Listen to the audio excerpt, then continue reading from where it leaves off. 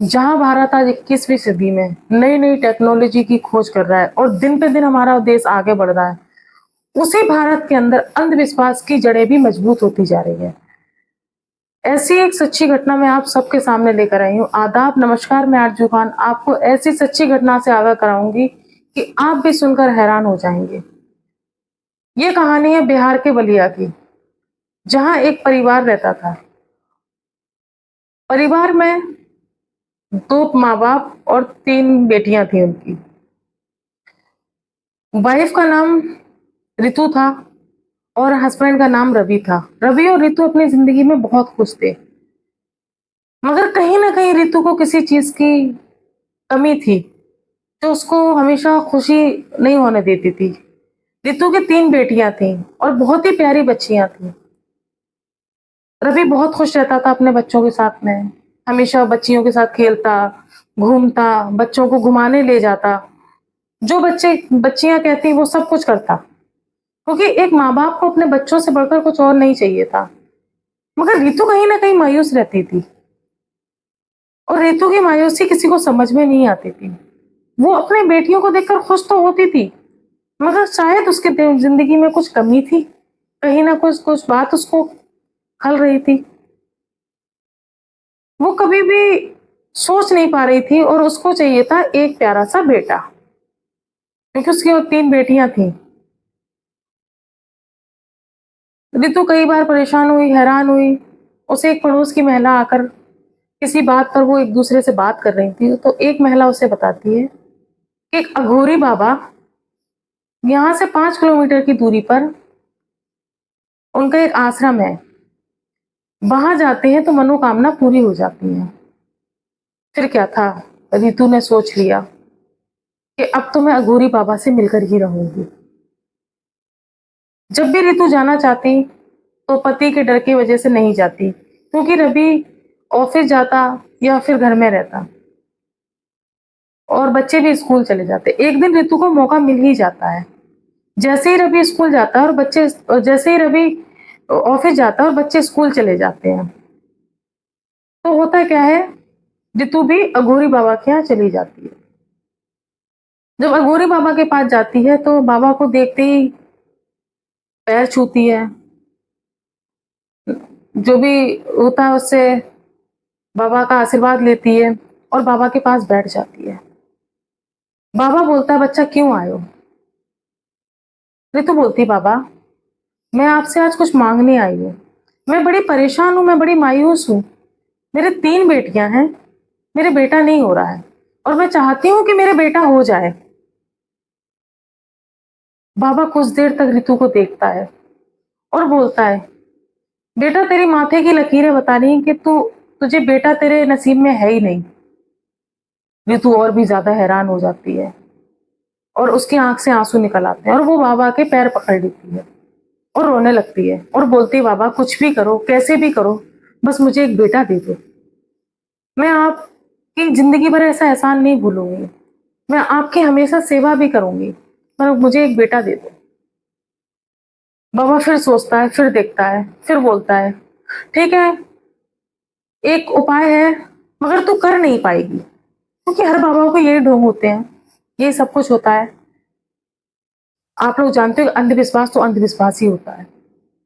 जब बाबा उससे बोलता है कि बेटा तू कर नहीं पाएगी, तो ऋतु और बेचैन होकर बोलती, बाबा जो आप बोलोगे मैं वो सब कुछ करूंगी। बाबा बोलता है, ठीक है बेटा। तो शनिवार के दिन लाल कपड़ों में तैयार दुल्हन की तरह सज के आना और हम पूजा सामग्री हवन करेंगे, जिसमें तेरा खर्चा 25 से 30 हजार का होगा। ऋतु राजी हो जाती है। जब वो अपने घर जाती है और घर जाकर बैठ के सोचने लगती है, जब वो सोच रही होती है तो अचानक रवि ऑफिस से आ जाता है। रवि पूछता है, क्या बात है रितु, कुछ सोच रही हो? रितु कहती है, नहीं नहीं कुछ नहीं सोच रही, बस मैं ऐसी बैठी हुई थी। रवि समझ जाता है कि वो कहीं ना मन ही मन बेटे के लिए परेशान है, मगर रवि तो अपनी बेटियों को बहुत प्यार करता था, उसको तो जरूरत ही नहीं थी बेटे की। कई बार हम देखते हैं हमारे समाज में बेटों की जरूरत ससुराल वालों को या आदमी को होती है, मगर यहाँ रितु को थी तमन्ना। होती है कुछ माओ को बेटों से मोहब्बत। इस कहानी को मैं आगे बढ़ाती हूँ। जब शनिवार आता है तो रितु दुल्हन की तरह तैयार होकर लाल साड़ी में और पैसे लेकर बाबा के पास पहुंच जाती है।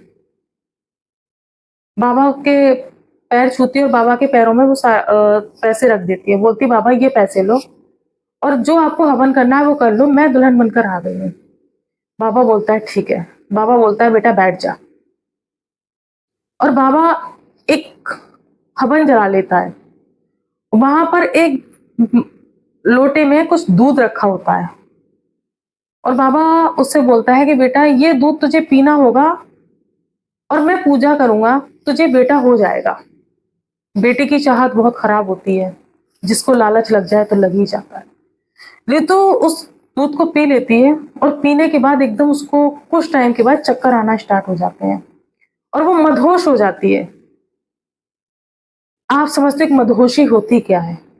सब कुछ अच्छा दिखाई देता है, जो हो रहा होता है उसकी समझ नहीं होती कि हो क्या रहा है। बाबा उसको वहां से उठाता है और अपने कमरे में ले जाता है। वहां रितु के साथ शारीरिक संबंध बनाता है और जब रितु थोड़े टाइम बाद ठीक होती है तो वो अपने कपड़े ठीक करती है और बाबा से बोलती है, बाबा अब तो मेरे बेटा हो जाएगा। बाबा बोलता है बिल्कुल, तुम्हारे बेटा पक्का हो जाएगा, मैंने आशीर्वाद दे दिया है, मैंने तुम्हें प्रसाद दे दिया। ये बाबा का प्रसाद था, ये अघोरी बाबा का प्रसाद था। रितु वहां से जाने को होती है तो रितु कहती, बाबा अब क्या करना होगा? तो बाबा कहता है कि तुम्हें 7 शनिवार मेरे ही आश्रम आना होगा और जैसे आ जाए हो ऐसे ही हमेशा आना और किसी को बताना मत, वरना ये मंत्र काम नहीं करेगा। रितु हर बार की तरह आती, बाबा के साथ फिजिकल रिलेशन होते और फिर चली जाती। फिर बाबा से वही बात पूछती। जैसे ही 7 सोमवार कंप्लीट हुए रितु प्रेग्नेंट हो जाती है। रितु जब प्रेग्नेंट हो जाती है तो फिर बाबा के पास खुशी खुशी आ जाती है और बोलती, बाबा मैं प्रेग्नेंट हो गई। बाबा बोलता है, बेटा मैंने आशीर्वाद दिया था, ये तो होना ही था, मुझे तो पता था, ये अघोरी बाबा का प्रसाद था। रितु को 9 महीने पूरे हो जाते हैं और रितु के घर में फिर से एक बेटी आ जाती है, क्योंकि देने वाला भगवान है, इंसान नहीं।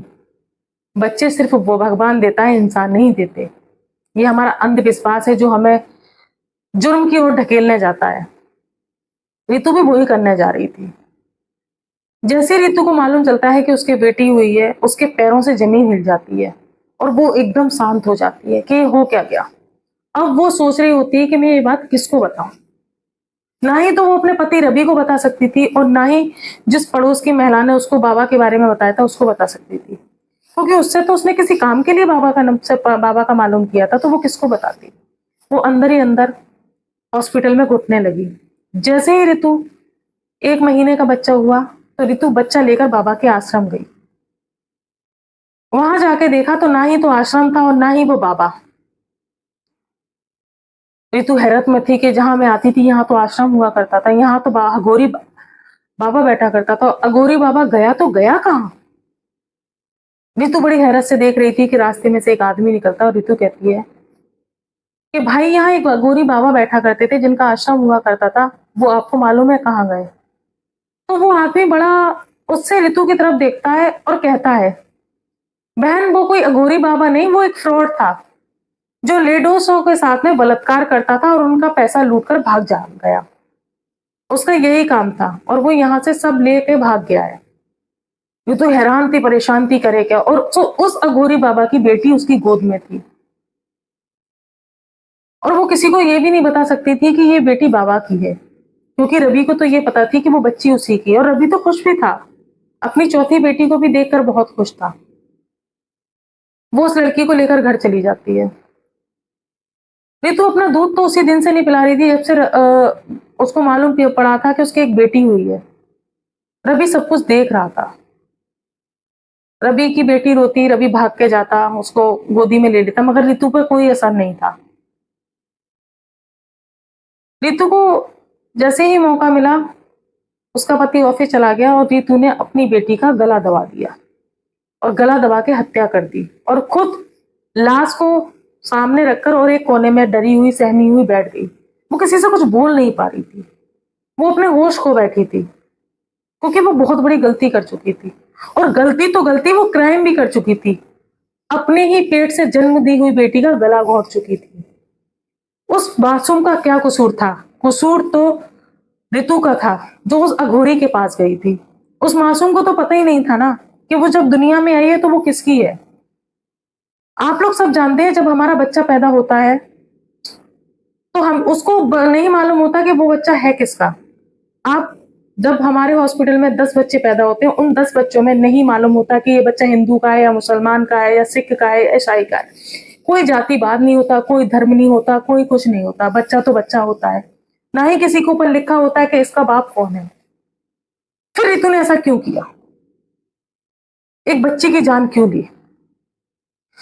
जब रवि घर वापस आता है तो रवि देखता है कि उसकी बेटी सामने लाश के रूप में पड़ी हुई है और रितु एक कोने में पागलों की तरह बैठी हुई है। रवि उससे कई बार पूछता, रितु हुआ क्या? रितु कोई जवाब नहीं देती।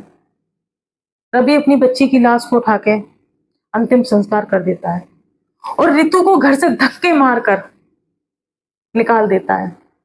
तो मेरी प्यारी बहनों, मेरे प्यारे भाइयों, मैं आपको इस कहानी के माध्यम से एक ही शिक्षा देना चाहती हूँ कि अपने बच्चों की हत्या ना करें। उन्हें नहीं पता, वो तो नन्हे से फूल हैं, उन्हें कभी मुरझाए ना। अंधविश्वास को कभी भी बढ़ावा ना दें। अंधविश्वास नाम की चीज को इस दुनिया से खत्म कर दें। इसी तरह मैं फिर से आपके सामने हाजिर होंगी एक नई कहानी, सच्ची घटना के साथ में। जब तक आप बने रहिए मेरे यूट्यूब चैनल क्राइम इंडिया पर। मेरे चैनल को सब्सक्राइब करना, लाइक करना, शेयर करना बिल्कुल भी ना भूलें। मैं आरजू खान आपसे विदा लेती हूँ। तब तक के लिए जय हिंद।